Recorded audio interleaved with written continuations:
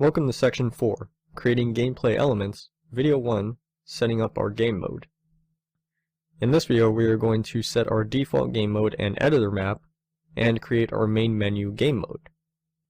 First we are going to set our default game mode, and what that is each level automatically creates a game mode, and this is the default game mode. When we went into our world settings, and set the game mode override to GM Gameplay BP for our gameplay mode, this overrides it specifically for this level that we have opened, and tells the level to create this game mode instead of the default one. Now let's actually set our default game mode to the gameplay game mode so we won't have to override it. Go to Edit, Project Settings, Maps and Modes under the Project category, and our default game mode, we will set it to Gameplay BP. Let's also set our editor startup map to Map Gameplay, as this is the map that we were working in currently, and will automatically open up whenever we open the project if this is not already set. Now let's close our project settings, and in our world settings we can actually set it to None and play the level, and now we won't have to override our game mode since it will automatically be created. Press Shift F1 and go into our world outliner, and as you can see, in the level it has spawned the GM Gameplay BP. Stop playing, and now let's create our game mode for our main menu in the C++ Game Modes folder. Right click, select New C++ class, and it will be Game Mode Base as our base class. Select Next, and let's name it GM Main Menu. Make sure the path is in the Game Modes folder, and select Create Class. Now inside of our source file for our main menu class, let's fix the pathing to our header file by adding in GameModes /. And now in our header, we can add some more code.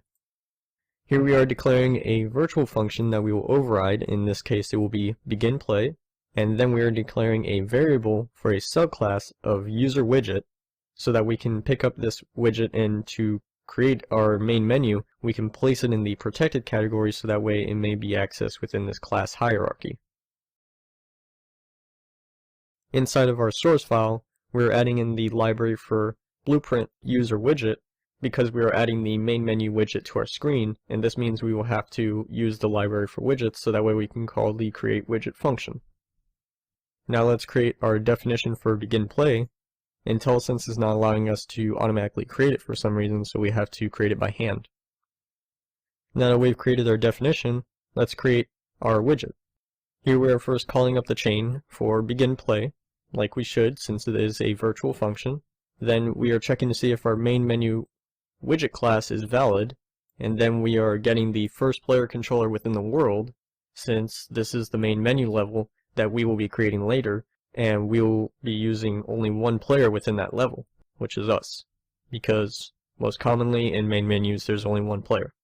Then we are declaring our temporary struct for our input mode to be UI only, and telling that UI mode to not lock the mouse within the viewport, in case if we wanted to click outside of the viewport or the window. Then we are setting the input mode, and then telling it to show our mouse cursor, and save the temporary pointer for that variable that we created, which is our widget, so that way we can add it to our screen. Now let's go into our gameplay header file for GM Gameplay. Here we are declaring a function that will respawn the player to one of the player start locations within the level. For some reason IntelliSense is not allowing us to automatically create our functions, so we have to do this by hand also. Inside of our source file, in the respawn player function, we are inputting a controller pointer as our new player, and then checking to see if that pointer is valid.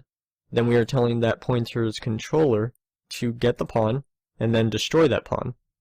Then we are telling the game mode, which is using a function that is already created within the game mode base class, and we are just calling it for restart player, which will create a new pawn and automatically take over that pawn with this controller that we have inputted in. The reason why we have to destroy the pawn first is because if the pawn is already created and controlled by the controller, then it will not work, and it will just return null, or we'll fail to create a new pawn and possess that. Now let's save all and compile, go to build, and rebuild our project. Now that our project has finished rebuilding its code, let's create a blueprint class of GM main menu. Right click on GM main menu, select create blueprint class based on GM main menu, and let's name it GM main menu BP. And let's place it in the blueprints folder. Select save all. In the next video we will be creating our respawning system.